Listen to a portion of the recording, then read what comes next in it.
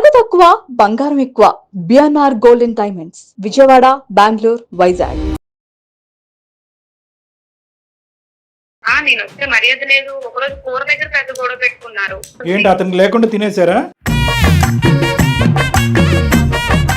Mutton తేలేదు, అది తేలేదని గొడవ పెట్టుకున్నాడు. అది అవన్నీ ఇసురు కొట్టాడు ఆ రోజు. ఒకప్పుడు నిజంగా మటన్ తీసుకొచ్చినా కూడా బోన్లెస్ ఎందుకు తేలేదు అంటాడేమో.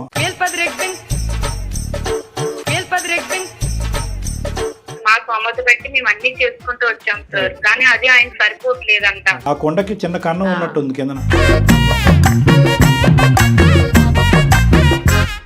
1.5 year నుంచి అట్లానే చేస్తున్నా సార్. సో 1.5 year బ్యాక్ వచ్చింది ఇతను కరోనా వైరస్.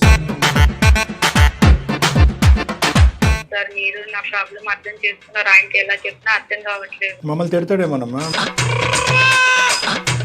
బట్టలు కొంటుంటే ఇదేంటి బట్టలు ఇవేసుకుంటాడు అల్లుడు అని ఈ సిస్టర్ కొట్టేసేవాడు. సపరేట్ రూమ్ తీసుకెళ్లి అట్లా వేసి ఎంత టార్చర్ పెడతాడు. ఓహో, పబ్లిక్ గా వాళ్ళ ఎదురు డిబేట్ అవుట్, పేరెంట్స్ ముందు కాదు. అది వెరైటీ ఇక్కడ. పెళ్లిలోని నా కాలు కడిగి నెత్తి మీద నీరు చెల్లుకున్నారు కదా, అప్పుడు దేవుడిని అనుకున్నారు కదా, ఇప్పుడు ఎందుకు అట్లా అనుకుంటున్నారు వాళ్ళు? వాళ్ళ తల్లిదండ్రులు నేను దేవుళ్ళ చూడాలా? సో మేము అతన్ని దేవుడు గారు అని పిలాలేమో ఫోన్ ఎత్తగానే. దేవుడైపోయాను కానీ ఇప్పుడు ఏమో ఇలా అయిపోయానా మీ అమ్మకి మీ నాన్నగారికి. ఇంకానే రోజు స్నానం చేయించమనలేదు. మీ అమ్మగారు వాళ్ళు బిర్యానీ పెట్టించారు, అదే తిన్నా. నవ్వాలే అడవాలే అర్థం కావట్లేదు మీ కథని మేడం ఎందుకు సెలెక్ట్ చేసిందో. ఇలా ఉందని సెలెక్ట్. తర్వాత అన్ని చాలా మటన్ ఎక్కడ మీకు 3 వేసినప్పుడే మీ చెవులో చెప్పుంటాడు, మటన్ కూరలు లేకపోతే నేను మీ ఇంటికి రానని చెప్పి. వాళ్ళ ఇంట్లో ఒక రూమ్ ఉంటుంది సార్, అది కనీసం కుక్కలు కూడా దూరం సార్. ఆ రూమ్ ఇచ్చారు నాకు. ఏం చేయాలంటే ఒకటి వాళ్ళ అమ్మ నాన్న వదిలేసి నాతో ఉంటుందా, లేదంటే వాళ్ళ అమ్మ నాన్నతో ఉంటుందా డిసైడ్ అవ్వమండి. అలాగే నేను డిసైడ్ చేయడానికి ఈ ప్రోగ్రామ్ మొదలుపెట్టింది. మీ కడుపు నిండట్లేదు, మీకు అత్యాశ ఎక్కువైపోయింది, మీ కోరికలు ఎక్కువైపోయినాయి, మీకు ఏమన్నా సెన్స్ ఉందా?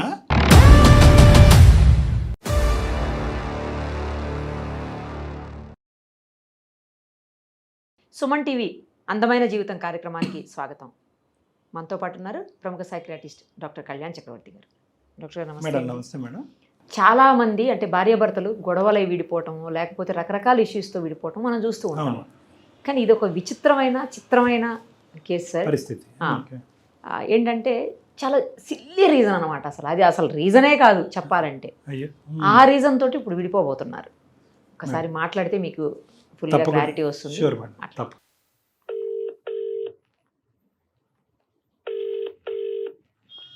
హలో అమ్మా నమస్తే అమ్మా, సుష్మితాయేనా మాట్లాడేది? అమ్మా నేను నిరుపమ, సుమన్ టీవీ అందమైన జీవితం కార్యక్రమం నుంచి మాట్లాడుతున్నానమ్మా. మీరు మెయిల్ చేశారు కదా మాకు. రైట్ అమ్మా. మనతో పాటు డాక్టర్ కళ్యాణ్ చక్రవర్తి గారు కూడా ఉన్నారు. అసలు విషయం ఏంటో చెప్తే మీ సమస్యని ఏ రకంగా పరిష్కరించవచ్చో ప్రయత్నం చేద్దామమ్మా, సరేనా? నమస్తే, చెప్పండి తల్లి, ఏంటమ్మా సమస్య ఏంటి? మా ఆయన సడన్ గా ఇడాకులు కావాలి అది ఇది అని అంటున్నారని ఇంకా ఏంటని అర్థం కాక నేను మెయిల్ పెట్టేస్తాను. మీది లవ్ మ్యారేజ్ అరేంజ్డ్ మ్యారేజ్ అమ్మా? Arranged marriage.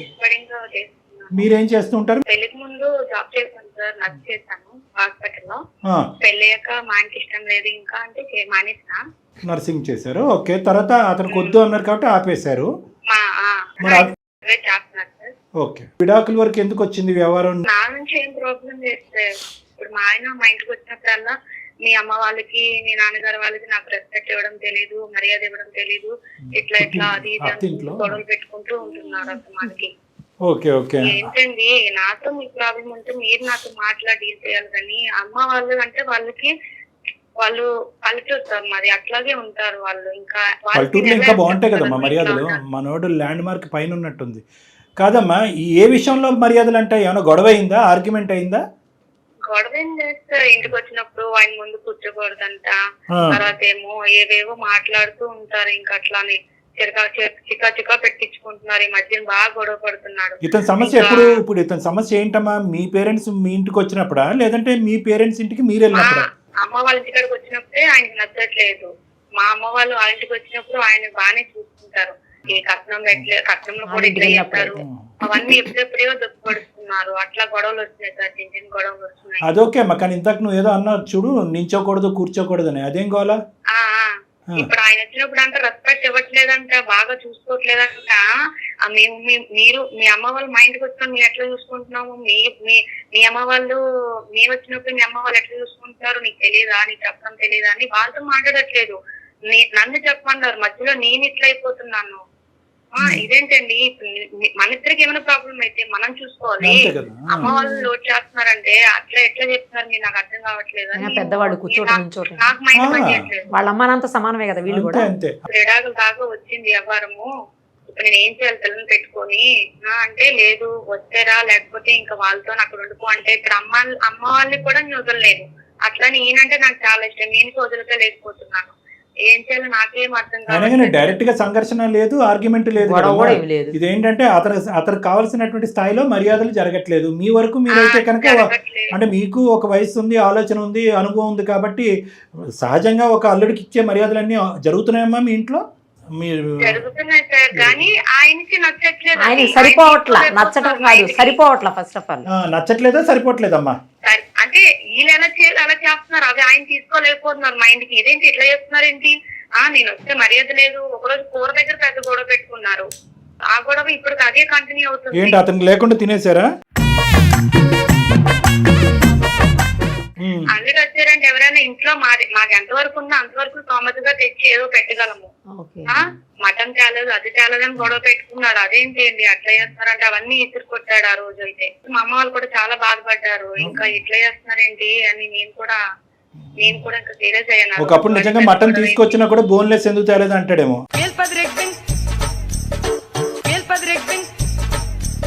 అది ఏదో కారణం చూపెట్టాం. అసలు ఈ చిన్న మ్యాటర్ కి అంటే అమ్మ వాళ్ళకి రెస్పెక్ట్ ఇవ్వట్లేదు. ఒక అల్లుడికి ఎలా చూసుకోవాలో తెలియదు. అల్లుడు అని పిల్లరు పేరు పెట్టి పిలుస్తారు హరి అని, అదేంటి అట్లాగా? మీ అమ్మ నాన్నలకు చెప్పేమండి అల్లుడు గారు అని ఒక 2-3 సార్లు పిలిపిస్తే కరుగుతుందేమో కదా. హరి గారు అంటే అయిపోతుంది. అంటే వాళ్ళు పెద్దవాళ్ళు కదా సార్, వాళ్ళు తెలుస్తారు ఎలా పిల్లలు ఏంటని. నేను ఇంకా మధ్యలో చెప్పలేకపోతున్నాను. అదే మీరు అటు ఇటు ఇప్పుడు నా మీద ఆడుతున్నారు ఆయన అట్లాగా. వాళ్ళు మీరు సీరియస్ అవ్వలేకపోతున్నారు, ఇప్పుడు నన్నే కదా అంటున్నారు. మీ అమ్మ వాళ్ళు వదిలేసి వచ్చేరా లేకపోతే నాకు విడాకులు ఇచ్చి అంటున్నాడు. పిల్ల గురించి కూడా ఆలోచించట్లేదు. కొంతవరకు మీ తల్లిదండ్రుల యొక్క తత్వం కూడా ఇక్కడ ఉంది కదమ్మా. వాళ్ళు కూడా ఒక మెట్టు దిగి పోనీ కాంప్రమైజ్ అయ్యి ఏదో ఒకటి మాట్లాడదాం. నాకు ఎవరు అన్నయ్య తమ్ముడు వాళ్ళు ఎవరు లేదు సార్ అమ్మని వాళ్ళని చూసుకోవడానికి. నేనే చూసుకోవాలి వాళ్ళని కూడా. అది ఆ విషయం ఆయనకు కూడా తెలుసు. ఇప్పుడు మర్యాదలు తక్కువయ్యాయని గొడవ పెట్టుకుంటున్నాడు ఆయన. నా వల్ల ఎలాంటి ప్రాబ్లం ఉందనుకో నేను సాల్వ్ చేసుకుంటానండి అంటే నా మాట అసలు వినట్లేదు. ఇలాంటి ప్రాబ్లం ఎవరికి రాకూడదు అసలు. ఇప్పుడు ఆయన బలంగా విడాకులు అనేసరికి నేను ఇంకేం చెప్పలేకపోతున్నాను.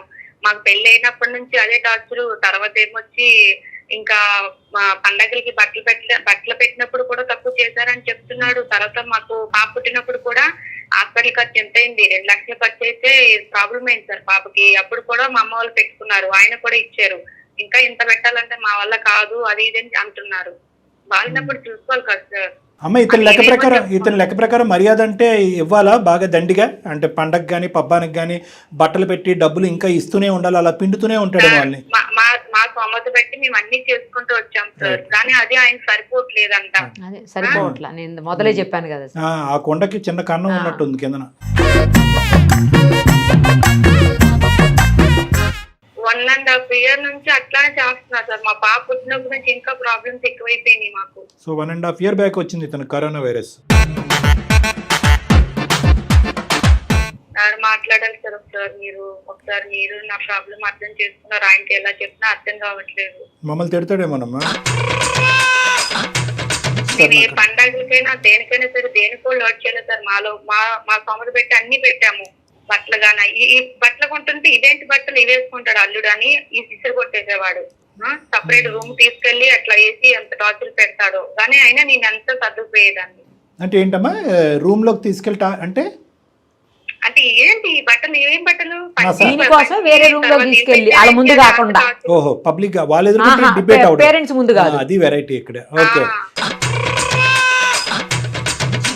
ఏదన్నా నువ్వు మీడియా ఇలాంటి దాకా వచ్చిందంటే పెద్ద మనుషులు లేకుండా మా విడాకులన్నీ జరగవు కదా సార్, ఏమైందమ్మా అని అప్పుడు కూడా వాళ్ళు అడుగుతారు. ఇది ప్రాబ్లం అని వాళ్ళతో కూడా మాట్లాడాలి ఇది కదా. ఇది అమ్మ నేను ఖచ్చితంగా మీ అమ్మ నాన్నని ఎదుర్కొంటే మాట్లాడినాడు విడాకుల గురించి ఏం మాట్లాడతాడమ్మా. ఇది విడాకుల వరకు వెళ్ళే బ్యాచ్ కాదు. నిన్ను బాగా లొంగ తీసుకుంటున్నాడు, నిన్ను మెతగ్గా చేసుకుంటున్నాడు, విడాకులు అనే థ్రెట్ చూపెడుతున్నాడు. ఆ థ్రెట్ చూపెట్టి తనకు రావాల్సినవన్నీ కూడా మీ అమ్మ నాన్న ద్వారా రాబట్టుకుంటున్నాడు. ఇది తనకు ఉన్నటువంటి బ్రహ్మాస్త్రం. నువ్వు భయపడేంతకాలం ఇలాగే ఉంటుందేమో.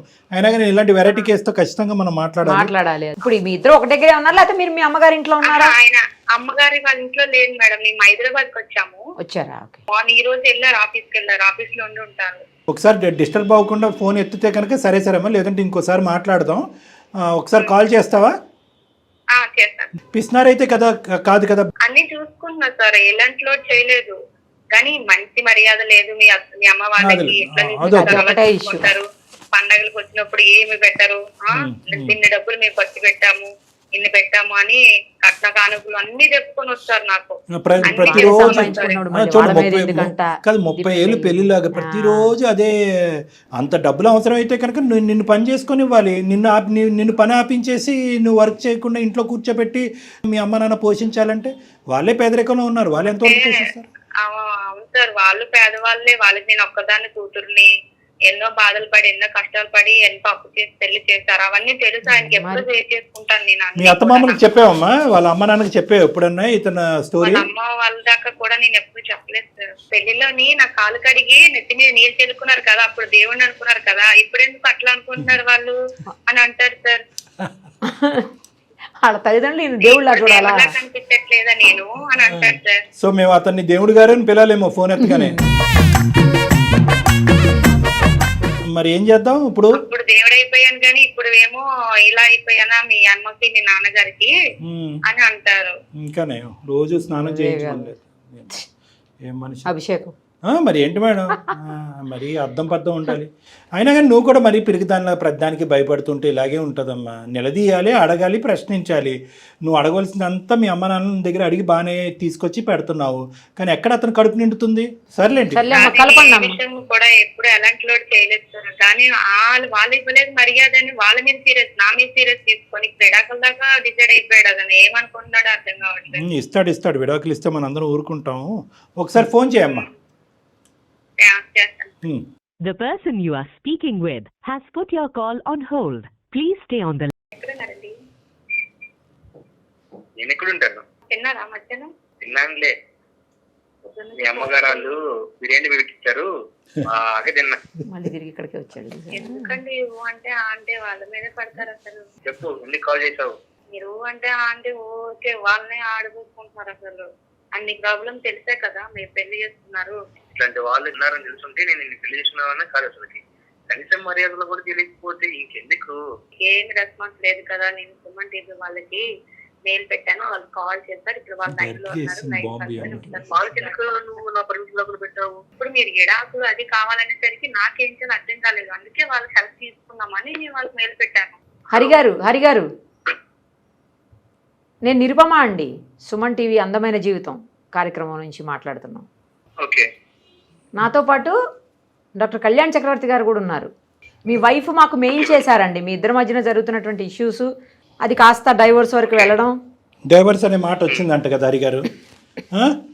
సో ఏంటంటే సారీ, మీరు తినేటటువంటి టైంలో మేము డిస్టర్బ్ చేసినట్టున్నాం. కాదు, నేను చెప్పేది కాదండి, ఒక 2 విషయాలు నాకు కొద్దిగా క్లారిటీ ఇవ్వాలి మీరు. ఏంటి అసలు మనం మర్యాద అనేటటువంటి సబ్జెక్ట్ని ఎలా డిఫైన్ చేస్తాము? భార్యాభర్తల మధ్యన ఉండవలసినటువంటి అన్యోన్యత, ప్రేమ, ఒక మంచి దాంపత్య జీవితం అవనండి, లేదంటే బిడ్డను కన్నారు పాపని హ్యాపీగా చూసుకోవటం అనేటటువంటి సబ్జెక్ట్లో ఏమైనా తర్జన భర్జనలు ఉంటే కనుక ఈ వేదిక మీద చాలా ఇలాంటి అంశాలు ఎన్నో వేల సంఖ్యలో మనం రిజాల్వ్ చేసాం.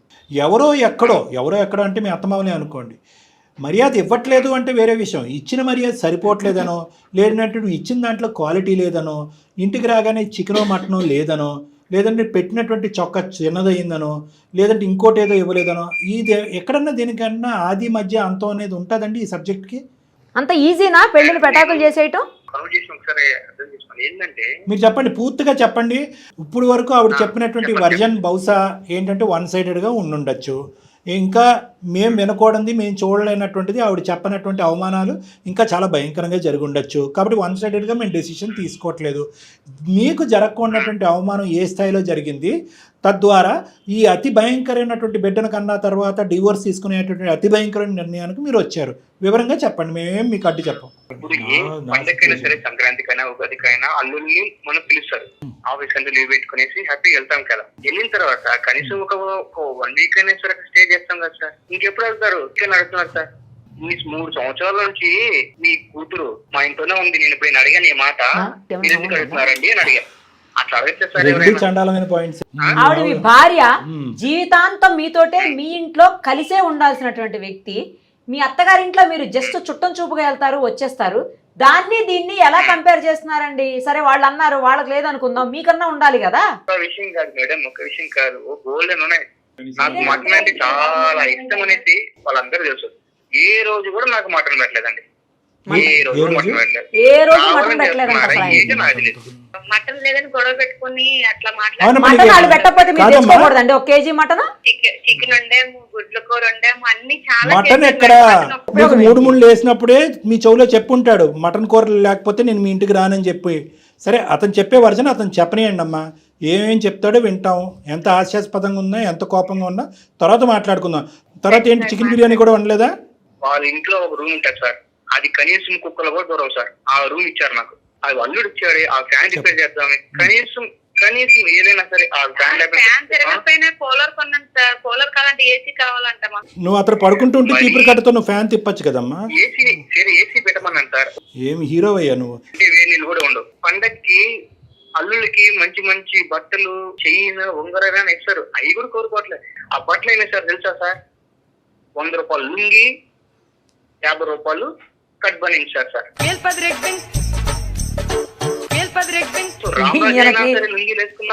రామరాజు లుంగి కూడా ఇవ్వట్లేదంట. 100 రూపాయలు లుంగి వేస్తారు సార్. కింద లుంగి పైన సూట్ ఇవ్వలేదు మీకు.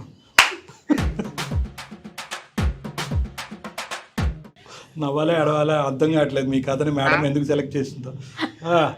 ఇలా ఉందని సెలెక్ట్ తర్వాత ఒక రోజు చేసుకుంటే 2 రోజు చేసుకోవాలి. దాన్ని వంటకి ఉపయోగించుకోవాలి. దాన్ని ఇంకా మర్చిపెట్టుగా ఉపయోగించుకోవాలి. చెప్పుకుంటే పరువు పోతుంది. ఈ టెలికాస్ట్ చేస్తే నా పరువే పోతుంది. నిజంగా పోతుంది. ఇప్పుడు నీ పరువు, నీ గాలి నువ్వే తీసుకున్నావు.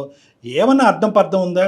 మా పాపకి బాగా వచ్చింది సార్. హాస్పిటల్ జాయిన్ చేస్తే అది 3 lakhs వరకు అది అయిందన్నమాట. బిల్లు ఏదో 1 lakh పే చేసి మిగతా అల్లుడు కట్టుకుంటాడు, అల్లుడు చూసుకుంటాడులే అనేసి సైలెంట్ గా అయిపోయేసి నా కోసం ఎదురు చూస్తున్నారు.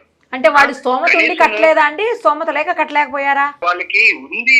ఫంక్షన్ చేశారు సార్. మాకు సంబంధించిన బంధువులు, మా అమ్మ నాన్నలు వచ్చి ఏంటి ఇది మరి ఇంత దారుణంగా ఆ ఫంక్షన్ చేసేది, ఆ ఫస్ట్ కనుక ఎంత బాగా చేయాలి అనేసి నన్ను ఎలా మాట్లాడాలంటే అలా మాట్లాడారు సార్. ఆ ఎంగేజ్మెంట్ కానీ, పెళ్లికి సంబంధించి కానీ భోజనం సరిగ్గా లేవు. అసలు ఆ ఫంక్షన్ హాల్ సరిగ్గా లేదు. డబ్బులు ఎక్కడ పెట్టుకున్నారో, ఏం చేసుకున్నారో తెలియదు. కానీ చెట్లు పడిపోతాం. ఫస్ట్ నుంచే డిస్సాటిస్ఫాక్షన్ ఉన్నాడు సార్. అర్థమైందా మీకు? ఇప్పుడు నువ్వు ఏదో రాజుగారి కూతురిని పెళ్లి చేసుకోవచ్చు కదయ్యా. ఇప్పుడు ఈ లెక్కంతా నువ్వు పెళ్లి చేసుకున్న తర్వాత తెలిసిందా, పెళ్లికి ముందు కూడా తెలిసిందా? పెళ్లి అయ్యి బిడ్డను కన్నా తర్వాత ఫస్ట్ పురుడు పోయినప్పుడు, ఫస్ట్ ఫంక్షన్ చేయనప్పుడు అప్పుడే నీకు అర్థమైందా ఇదంతా కట్నం గురించి జరిగేటటువంటి గోల ఇదంతానే? నిన్నేమన్నా ఇలా తడిపి మోసేయాలా? డబ్బుల్లోని, బట్టల్లోని, వజ్ర వైడూర్యాల నుంచి దేవుడు అని అనట్లేదు అంటున్నావు అంటే ఏంటి? నీ హరి అనే పేరు ఏమైనా మార్చుకున్నావా? దేవుడు అని అనాలా? కాళ్ళు గడిగినంత మాత్రానే దేవుడా మీరు? వాళ్ళకి అల్లుడు అంటే దేవుడా? దేవుడు లాగా చూడట్లేదా మిమ్మల్ని? ఏదైనా పెద్ద రాజుగారి కుటుంబం నుంచి చేసుకునేది ఉండే. ఇవన్నీ జరగవయ్యా, నేను చెప్తున్నా. వాళ్ళ వరకు కూడా మాట్లాడక్కర్లేదు. వాళ్ళ స్తోమత అంతే, వాళ్ళ కెపాసిటీ అంతే, ఇంతవరకే వాళ్ళు ప్రొవైడ్ చేయగలరు. అంటే ఫుల్ స్టాప్, కామాలు, బ్రాకెట్లు అన్ని ఇంతే. ఏం చేస్తావు? ఏం చేయాలంటే ఒకటి, వాళ్ళ అమ్మ నాన్న వదిలేసి నాతో ఉంటుందా, లేదంటే వాళ్ళ అమ్మ నాన్నతో ఉంటుందా డిసైడ్ అవ్వమండి. అలాగే మేము డిసైడ్ చేయడానికి ఈ ప్రోగ్రామ్ మొదలు పెట్టింది. మీ అమ్మ మీ నాన్న వదిలే, వాళ్ళ అమ్మ నాన్న వదిలే. అమ్మాల మర్యాద లేదు అయితే ఒప్పుకుంటున్నాను. నా నుంచి నీకు ఏమైనా లోటు ఉందా అది చెప్పండి ఒకసారి. వాళ్ళు కాదు కదా నీతో కాపురం చేసి మంచిగా ఉండేది నేను కదా. నేనేమైనా తప్పు చేస్తే అలా మాట్లాడాను. మీరు ఇప్పుడు ఎందుకు అంతగానే మాట్లాడుతున్నారు? వాళ్ళకి నేను ఒక్కదాన్ని ఉన్నాను. అటు వాళ్ళని వదులుకోలేను, ఇటు మీరంటే ఇష్టం, మిమ్మల్ని వదులుకోలేను. అలా ఎలా మాట్లాడుతున్నారు మీరు? మర్యాదలు చేయకపోవటం అనే అంశం తీసి పక్కన పెట్టి వాళ్ళు ఇచ్చే మర్యాదలు మీకు సరిపోవట్లేదు, మీ కడుపు నిండట్లేదు, మీకు అత్యాశ ఎక్కువైపోయింది, మీ కోరికలు ఎక్కువైపోయినాయి. మీకేంటంటే ఎవరో స్నేహితులతోనో ఎవరితోనో మాట్లాడుతున్నారు. మీరు ఉద్యోగం చేయటం తక్కువ, కంపారిజన్లు ఎక్కువ, వాళ్ళతో వీళ్ళతో మాట్లాడి వాళ్ళ అత్తమామలు ఇలా చేస్తున్నారు, వీళ్ళ అత్తమామలు ఇలా చేస్తున్నారు అంటే కనుక ఏమండి, ఏ చెట్టుకు అంత నీడ. మీరు చేసుకునే ముందు మీ అత్తమామల యొక్క స్తోమత ఏంటి, వాళ్ళ కెపాసిటీ ఏంటి అనేటటువంటిది మీకే బాగా తెలుసు. మీకు కావాల్సినటువంటి ఎంక్వైరీలు, వెరిఫికేషన్లు అన్నీ చేసుకుని ఉంటారు. ఎందుకండి, అమ్మాయి కావాలి, బిడ్డ కావాలి, దాంతోపాటు ఈ గొంతెమ్మ కోరికలు అన్నీ తీర్చాలా? తీర్చలేరండి, ఇంపాసిబుల్ అని చెప్పి తల్లిదండ్రులు వదిలేసి మీ దగ్గర రమ్మంటారా? ఏం న్యాయం అండి? ఏం ఉద్యోగాలు చేస్తున్నారు, ఏం చదువుకున్నారు మీరు? విడాకులా? ఈ సమస్యకి పరిష్కారం విడాకులా? తల్లిదండ్రులు వదిలేసి వచ్చేసేయాలి ఒక ఆడపిల్ల? నిజంగా ఇది ఇంకో పద్ధతిలో మాట్లాడుకుంటే ఇంకో విధంగా ఉంటుంది తెలుసండి. సింపుల్గా చెప్పాలంటే ఇది డౌరీ హెరాస్మెంట్ కింద వస్తుంది. నేను లీగల్గా కొన్ని టర్మ్స్ నేను మాట్లాడలేను, మన నిరుపమ మేడం లాయరు ఆవిడ మాట్లాడతారు. ఒకటి గుర్తుపెట్టుకోండి, మీరు అడిగేటటువంటిది కేవలం రోజువారి మర్యాదలు, కోరికలకు సంబంధించింది కాదు. కట్న కానుకల ఇష్యూలో కూడా మీకు అసంతృప్తి ఉంది అనేది మాకు అర్థమవుతుంది. అవి ఇవ్వలేదు కాబట్టి ఈరోజు మీరు ఆ అమ్మాయి మీద విరుచుకుపడి రోజు ఇదే నస, ఎంత భయంకరమైన నస, టార్చర్ అంటే కనుక అటొచ్చి మీ అమ్మ నాన్నకు చెప్పలేనటువంటి పరిస్థితి, ఇటువైపు వెళ్ళి ఇటువైపు ఉన్నటువంటి వాళ్ళ తల్లిదండ్రులకి ఇంకేం చెప్పుకోలేనటువంటి పరిస్థితి. ఎంతవరకు పిండి ఆరేస్తుందండి ఒక ఆడపిల్ల? మీకు ఏమన్నా సెన్స్ ఉందా? ఇక్కడ ప్రేమ ఎక్కడుంది, ఆప్యాయత ఉంది, బాధ్యత ఎక్కడుంది, కుటుంబ విలువలు ఎక్కడున్నాయి? బంధం లేదు. ఈ అమ్మాయి మాట్లాడటం ఈజీ కదా. ఇప్పుడు మీ ఇంటికి కూడా ఈ అమ్మాయి వస్తుంది, ఇగో మీ అమ్మ ఇలా చేసింది అలా చేసింది అనే యూజువల్గా ఈ స్టేజ్ మీద మేము వినేటటువంటి స్టోరీస్ అన్నీ కూడా అవే. అత్తమ్మ బాధ ఇలా పడలేకపోతున్నాను, అలా పడలేకపోతున్నాను, ఇది అది కావాలంటే మీ నన్నన్నా కోరుకోండి, లేదంటే మీ అమ్మనన్నా కోరుకోండి అని చెప్పి ఈ కొంతమంది ఆడవాళ్ళు మాతో అంటూ ఉంటారు. ఆ సబ్జెక్ట్ మొదలు పెడదాం ఈ అమ్మాయిని రేపటి నుంచి. వ్యక్తిత్వం ఇంపార్టెంట్ అండి, జీవితం ఇంపార్టెంట్. వద్దు నువ్వు ఇంట్లోనే ఉండాలి, బిడ్డను నువ్వు చూసుకోవాలని చెప్పి నర్సింగ్ చేసేటటువంటి ఆ అమ్మాయిని ఉద్యోగం మానిపించేసి ఇంట్లో కూర్చోబెడుతున్నారు. మీరు కెరియర్ పరంగా ఎలా ఎదగాలి ఇవి ఆలోచించుకోండి. ఏం చేయగలరండి మీరు? వాళ్ళిద్దరిని తలకిందలు ఎలాడి తీసిన మీ అత్తమామల్ని, దీనికి మించి వాళ్ళు ఏం చేయలేరు. మీకు ఇష్టమైతే అక్కడికి వెళ్ళండి, కష్టమైతే ఇక్కడ ఉండండి. లేదు కదా వాళ్ళకి. అక్కడికి వెళ్ళిన తర్వాత కుక్కలు కూడా సరిపోవండి, ఏసీ లేదండి, స్విమ్మింగ్ పూల్ లేదండి అంటే మటన్ పెట్టలేదండి. వాళ్ళు ఉన్న దాంట్లో అది పెడుతున్నారు, అప్పు సప్పు చేసి మీరు ఇబ్బంది పడకుండా పెడుతున్నారు. ఒక వారం అయ్యేటప్పటికి ఖచ్చితంగా మీరిద్దరు అక్కడ ఉండటం అనేది వాళ్ళకి భారమే. అది కూడా మీరు అర్థం చేసుకోవాలి. కాబట్టి వాళ్ళు ఇండైరెక్ట్గా ఎప్పుడు వెళ్తారో అనేటటువంటి మాట పొరపాటున అనుండొచ్చు. దానికి ఇంత శిక్ష వేస్తారా? ఇదే రూల్ మీకు అప్లై చేసుకోండి. రోజు అమ్మాయి మీ చెవులో వచ్చి మీ అమ్మ ఎలా అంది అలా అంది ఇది అది అని చెప్పి నస పెడితే కనుక మీకు ఎలా ఉంటుంది? మిస్సింగ్ కంప్లైంట్ అయిపోతారు, ఎక్కడికి వెళ్ళిపోతారు అలా కళ్ళు మూసుకుని నడుచుకుంటూ. అవకాశం వచ్చినప్పుడల్లా వాళ్ళ తల్లిదండ్రులకు చెప్తుంది, వాళ్ళు మేమేం చేయగలం అమ్మ, ఇంతకు మించి మేము చేయలేమన్నది. ఇంతకు మించి నేను కౌన్సిలింగ్ చేయలేను. మినిమం ఇంగితం ఉందా, ఆలోచన ఉందా, వ్యక్తిత్వం ఉందా, మానవత్వం ఉందా, ఇంతకు మించి నేను ఏం చెప్పలేను. ఏమండి, ఈ మర్యాద అనే పదం మీరు మాట్లాడండి, నేను మాట్లాడతాను. ఇంకొక 10 మందిని పిలుద్దాం. ఈ మర్యాద అనే సబ్జెక్ట్ని ఎవరు బాగా డిఫైన్ చేస్తారో చూద్దాం. ఎలా డిఫైన్ చేస్తామండి? దానికి ఏంటి, దాని కొలమానం ఏంటి? మర్యాద కొలమానం వాళ్ళ స్థితిగతులు బట్టి, వాళ్ళ పరిస్థితులు బట్టి మీకు ఇంత ఇచ్చారు. వాళ్ళు అందులోనే ఉన్నారు, మీకు అంతే ఇచ్చారు. ఎవరో మీ స్నేహితుడు అత్తమామలు ఏదో రాజమర్యాదలు చేశారు కాబట్టి ఆ స్థాయిలో వీళ్ళు చేసే అవకాశం లేదు, అలాంటి అవకాశం లేదు అనేటటువంటిది ప్రప్రదంగా మీకు అప్పుడు పెళ్లి జరిగినప్పుడే మీకు తెలుసు. అయినా ఒకరి దృష్టిలో మర్యాద, ఇంకొకరి దృష్టిలో అమర్యాద కావచ్చు కదా సార్. అంతే కదా మేడం. మర్యాద అనేటటువంటి సబ్జెక్ట్ సెకండరీ అండి. వాళ్ళు మనసులో ఆ మనసులో ప్రేమ ఉందా, వాళ్ళ మనసులో ప్రేమ ఉందా?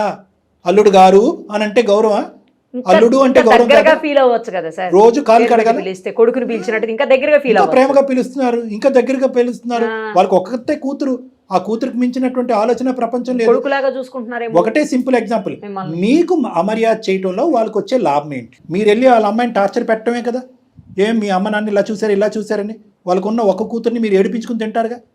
లేదండి, నాకు కనిపించేటటువంటి ఆస్తులు పాస్తులు వజ్ర వైడూర్యాలు బంగారాలు కట్టలు డబ్బులు అన్నీ ఉన్నాయండి, అవన్నీ దాచిపెట్టేసుకుని బీరువాలో తాళం కప్పేసేసి నాకు మాత్రం కుక్కలు దూరినటువంటి రూము, ఏసీ లేనటువంటి రూమ్ ఇచ్చారంటే అది వేరే విషయం. ఇప్పుడే ఫోన్ కాల్ వాళ్ళకి కలుపుతాం, ఏమ్మా మర్యాద ఇదేనమ్మా, తప్పు కదా అని అంటాం. నేను చెప్పిన అన్ని విషయాలు మీకు తెలుసు. మీలో కూడా ఒక మనసు ఉంది, అందులో ఇది ఉంది. ఎటొచ్చి ఏంటంటే మీరు ఆ మాటలు ఈ మాటలు చెప్పుడు మాటలు వినేసి ఆ ప్రయోగాలు ఆ ప్రతాపాలన్నీ మీ భార్యమే చూస్తున్నారు. ఈ అమ్మాయి ఒక అమాయకురాలు, ఎక్కడ గొంతెత్తుకుని ఎక్కడ మాట్లాడలేదు. ఇప్పుడు బిడ్డను తీసుకుని ఎక్కడ పోవండి సార్, మా ఆయన విడాకులు ఇస్తారంటే కనుక ఎందుకు విడాకులు ఇస్తారు? ఏ కారణం చేతి విడాకులు ఇస్తారు? ఏ కోర్టు ఇస్తుంది విడాకులు? ఎలాంటి కారణాలకి? అర్థమైందా? ఆమె కోపం వచ్చిందా? మీరు కూడా మర్యాద ఇవ్వట్లేదు అంటావా? నేను గట్టిగా బల్లగుద్ది చెప్పగలను, మీకే ఈ సబ్జెక్ట్ అర్థం కాలేదు. ఎడవాదం పెడవాదం అని ఒక వాదం తప్ప వాళ్ళని అనవసరంగా నిలదీయటం, వాళ్ళ మీద 4 తిట్లు తిట్టడం తప్ప ఏమీ లేదు. మీకు తెలుసు వాళ్ళ స్తోమత అంతే ఇవ్వగలరని చెప్పి. ఎటొచ్చి పిలుపులు అంటారా? ఈరోజే ఆ అమ్మాయి మీ ఇన్లాస్తో మాట్లాడుతుంది.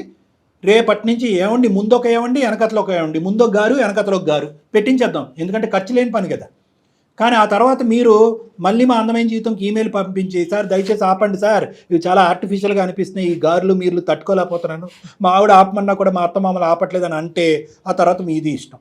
సో కాబట్టి నేను అనేది ఒకే ఒక పాయింట్, దయచేసి అర్థం చేసుకోండి.